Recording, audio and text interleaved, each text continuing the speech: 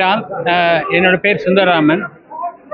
இந்த கண்காட்சி நீங்கள் பார்க்குற கண்காட்சி வந்து பகவான் சத்யசாயி பாபாவின் நூற்றாண்டு விழாவை முன்னிட்டு ஒரு பெரிய விதமான கண்காட்சியாக புது விதமான கண்காட்சியாக அமைச்சிருக்கு.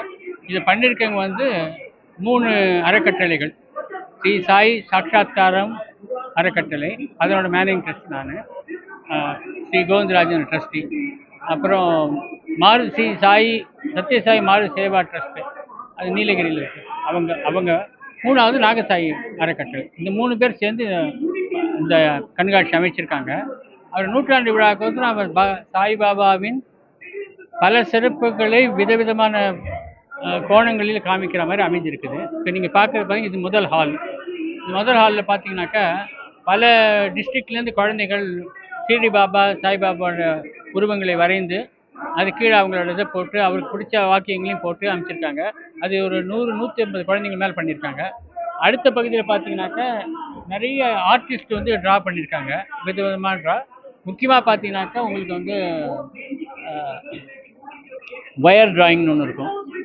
அதுக்கப்புறம் பார்த்தீங்கன்னாக்கா நவதானியத்தில் ஆர்ட் எல்லாம், அதாவது ஸ்பெஷல் ஆர்ட்ஸ் அப்படி பண்ணுவாங்க. கிறிஸ்டல் ஆர்ட்ஸ்னு ஒன்று பண்ணுவாங்க.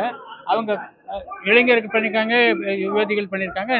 விதவிதமாக அவங்க கற்பனை காத்த மாதிரி. ஆனால் எல்லாமே சத்யசாமி திருவுருவ படங்கள் தான், அவர் ப்ளஸ் பண்ணுற மாதிரி ஆசீர்வாதம். அது அடுத்த செக்ஷன் இந்த பக்கம் பார்த்தீங்கன்னா எங்கேயும் மேலேயும் கீழேயும் 2 லார்ஜ் எல்இடி டிஸ்பிளே. ஒரு எல்இடி டிஸ்பிளேஸில் அவரோட ரெகுலர் டிஸ்கோர்ஸஸ்லாம் எடுத்து கீழே சப்டைட்டில்ஸோடு போட்டு முக்கியமாக அவர் வாழ்க்கை எப்படி நடந்தது ஒரு அனிமேஷன் மூவியும் பண்ணியிருக்காங்க. அது இந்த பக்கம் ஓடிட்டுருக்கு.